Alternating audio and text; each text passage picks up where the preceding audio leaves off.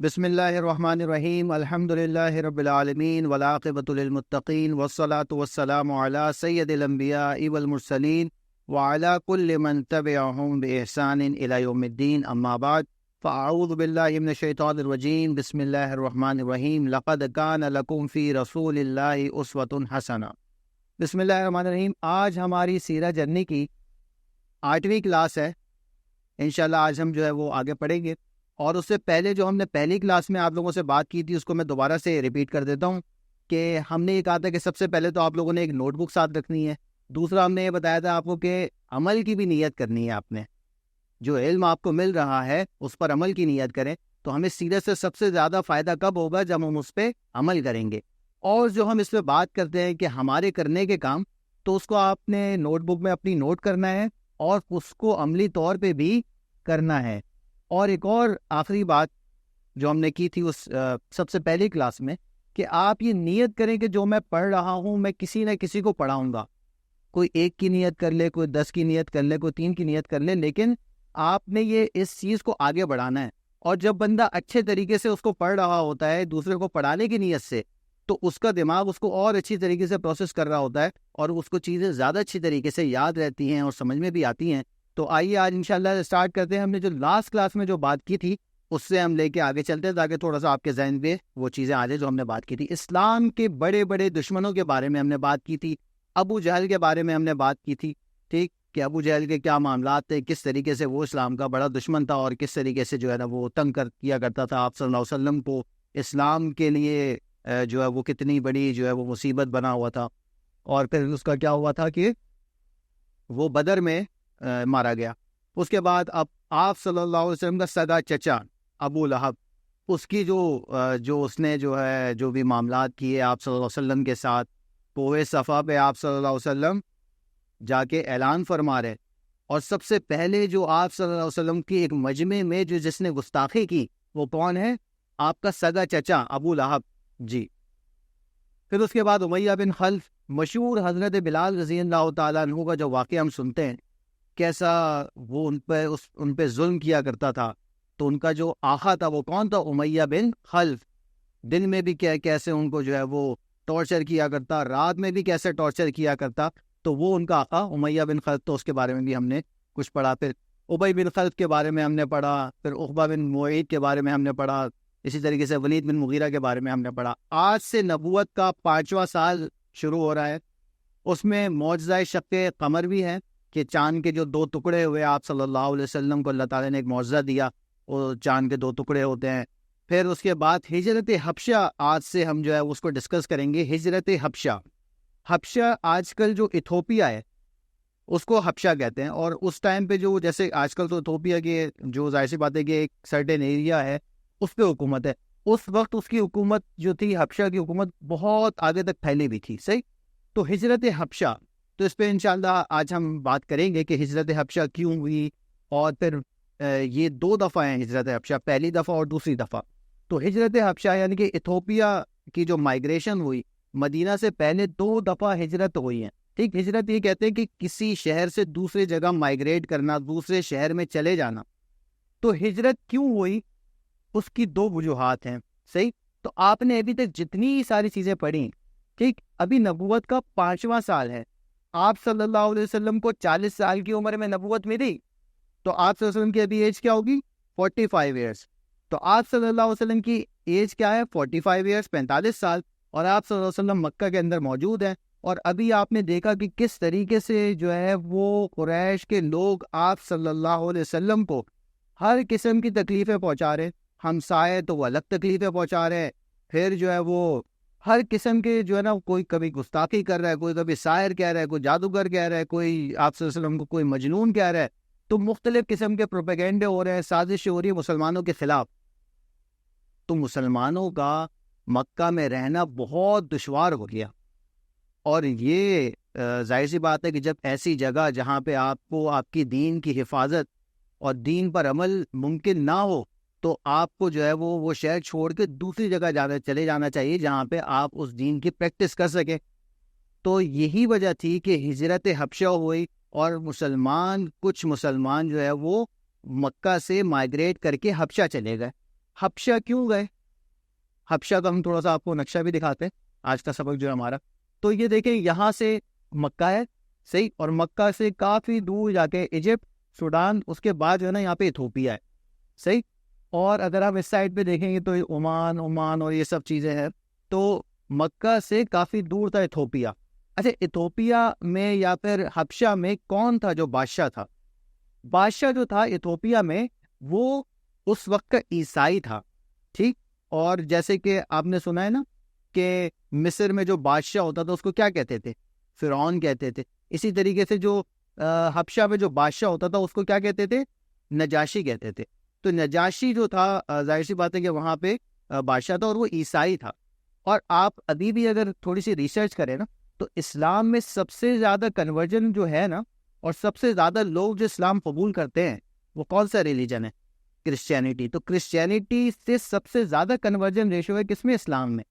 کیونکہ عیسائیوں کے پاس اگر کوئی ہندو کنورٹ ہو رہا ہوتا ہے تو ظاہر سی بات ہے کہ اس کو سب سے پہلے آسمانی کتابوں کو سمجھنا، پھر انبیاء کرام کو سمجھنا اور اس طریقے سے معاملات سمجھنا ضروری ہوتے ہیں. کرسچینٹی میں کیا ہوتا ہے؟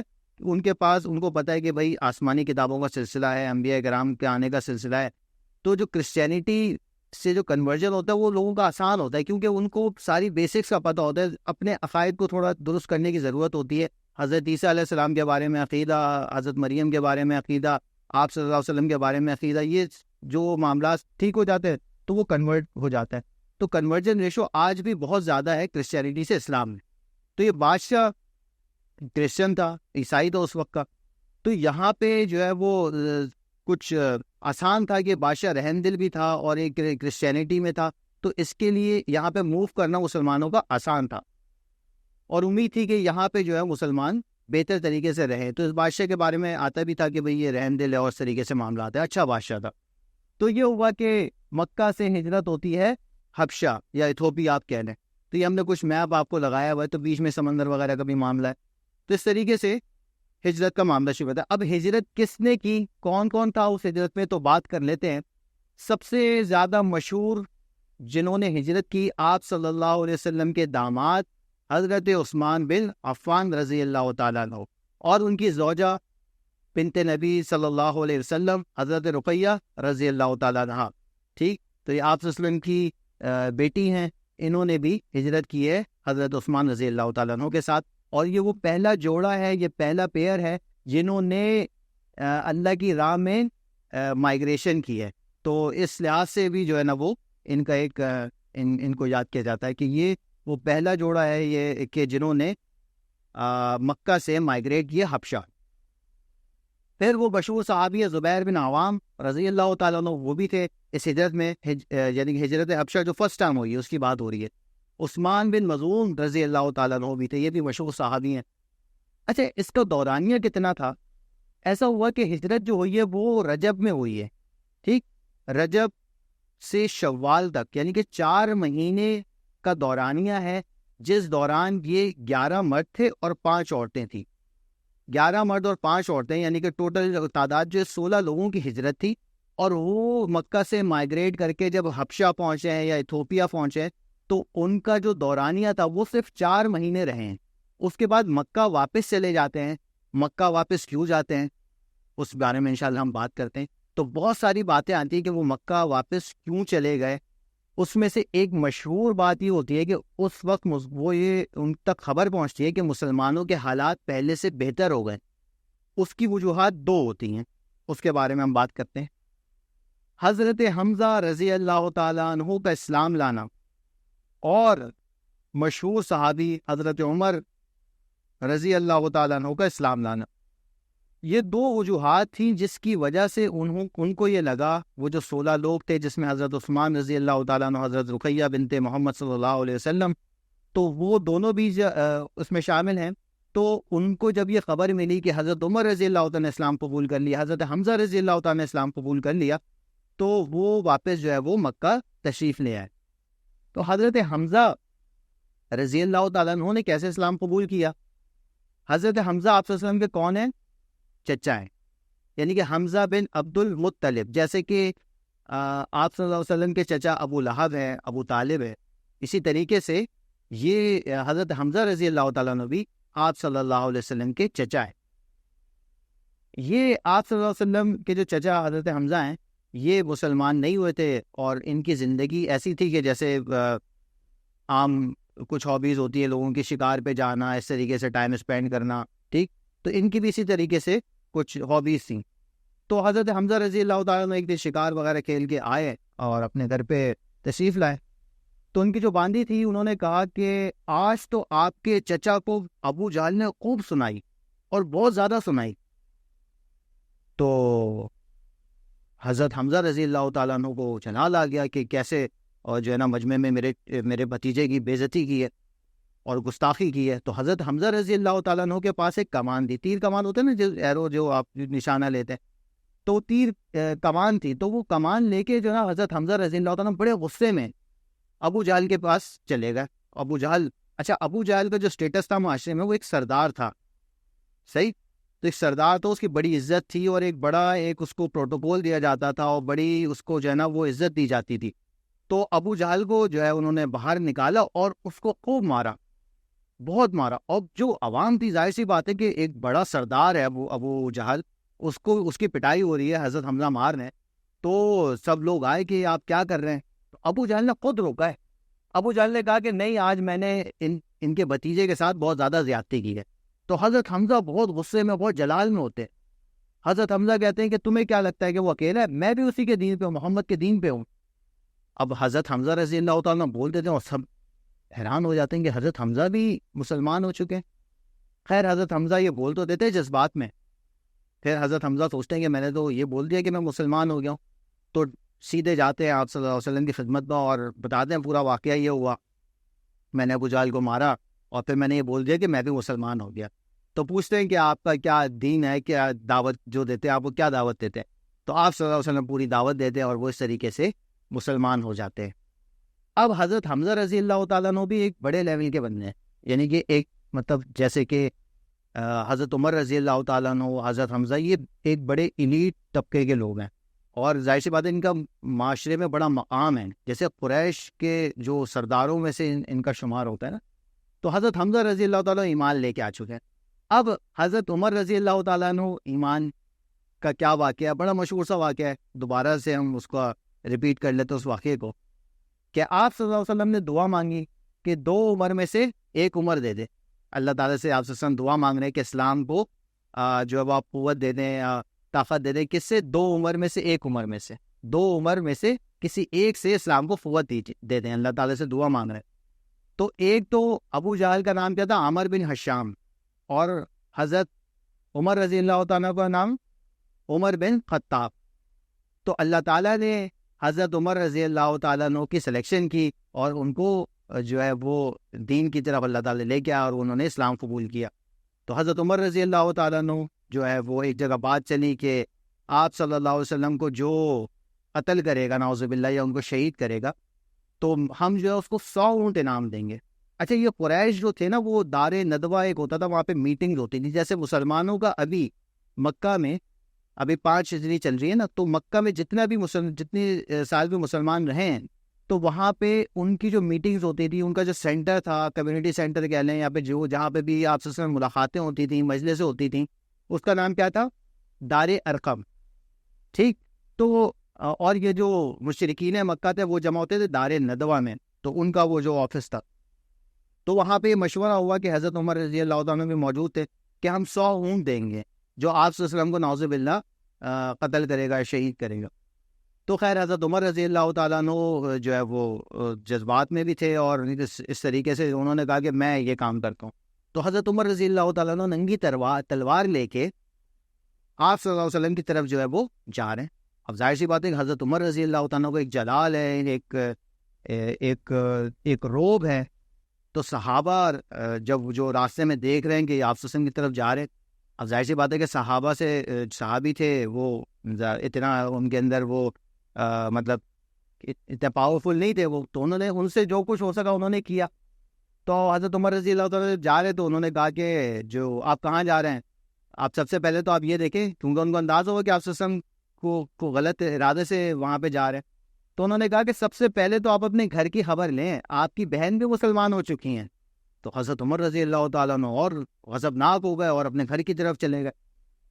اچھا ایسا ہوا تھا کہ حضرت عمر رضی اللہ تعالیٰ کی جو بہن مسلمان ہوئی نا، تو ان کا نام تھا فاطمہ بن خطاب، اور ان کے بہنوئی بھی تھے، وہ دونوں مسلمان ہو گئے۔ تو ان کے گھر پہ ایک صحابی کی ذمہ داری لگائی آپ صلی اللہ علیہ وسلم نے کہ آپ جائیے اور ان کو قرآن پڑھائیے۔ تو وہ جا کے وہاں پہ قرآن پڑھایا کرتے تھے، آج بھی وہ قرآن پڑھانے کے لیے موجود تھے۔ فاطمہ بن خطاب رضی اللہ تعالیٰ عنہ اور جو ان کے جو شوہر تھے وہ دونوں قرآن پڑھ رہے تھے، وہ صحابی رسول بھی موجود ہیں۔ حضرت عمر رضی اللہ تعالیٰ عنہ گھر میں داخل ہوتے ہیں، اور جو ہے وہ جو صحابی جو قرآن پڑھانے آتے ہیں تو وہ کہیں پہ پیچھے کی طرف سائڈ پہ چھپ جاتے ہیں۔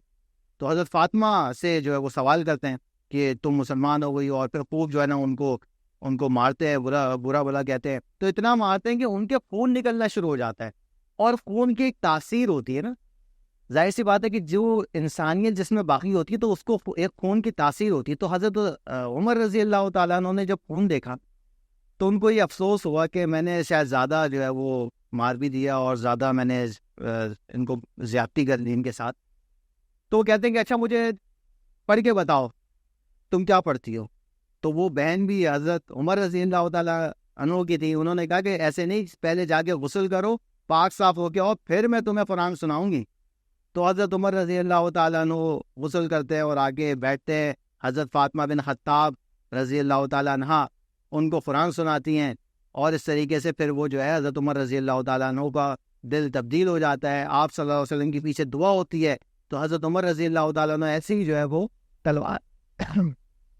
تلوار کے ساتھ ہی جو ہے وہ اب دار ارقم میں جا رہے ہیں، دار ارقم کی طرف جا رہے ہیں۔ یہاں سے صحابہ کرام پریشان ہیں کہ حضرت عمر رضی اللہ تعالیٰ عنہ آ رہے ہیں اور تلوار کے ساتھ آ رہے ہیں، ارادے ٹھیک نہیں لگ رہے۔ اور اس سے پہلے اللہ تعالیٰ نے حضرت عمر رضی اللہ تعالیٰ عنہ کے لیول کے جو صحابی تھے، حضرت حمزہ رضی اللہ تعالیٰ عنہ، ان کو پہلے ہی پہنچا دیا، اسلام قبول کر کے وہ پہلے سے ہی وہاں پہ موجود ہے، اور حضرت حمزہ فرما رہے ہیں کہ آنے تو ہم بھی دیکھ لیں گے۔ ٹھیک، تو اللہ تعالیٰ نے کیا انتظام فرمایا، جیسے کہ حضرت خدیجہ رضی اللہ تعالیٰ عنہ سے نکاح جو ہے وہ وہی سے پہلے کیسے نکاح کروایا، ایسی میچور خاتون سے، ایسی سمجھدار خاتون سے کہ آپ وسلم کے اوپر جو حالات آنے والے اس میں آپ وسلم کو سپورٹ کریں گی، تو اللہ تعالیٰ پہلے سے انتظام فرمایا۔ تو یہاں پہ بھی حضرت عمر رضی اللہ تعالیٰ عنہ اب دار ارقم میں آ رہے، تشریف لا رہے، اس سے پہلے حضرت حمزہ رضی اللہ تعالیٰ عنہ اس لیول کے صحابہ، اس لیول کے صحابی ان کو وہاں پہ پہنچا دیا۔ تو حضرت عمر رضی اللہ تعالیٰ عنہ آتے ہیں اور اس طریقے سے وہ بھی اسلام قبول کر لیتے ہیں۔ اور حضرت عمر رضی اللہ تعالیٰ عنہ کے اسلام لانے کے بعد جو مسلمانوں کی ایک ایسی کیفیت ہوتی ہے کہ مسلمان قسم پرسی کے عالم میں ہوتے ہیں، اور بہت زیادہ ایک مطلب کہ تھوڑی پاورفل اب جو ہے مسلمانوں کی ایک جو مسلمان ہوتے ہیں پاور میں آ جاتے ہیں۔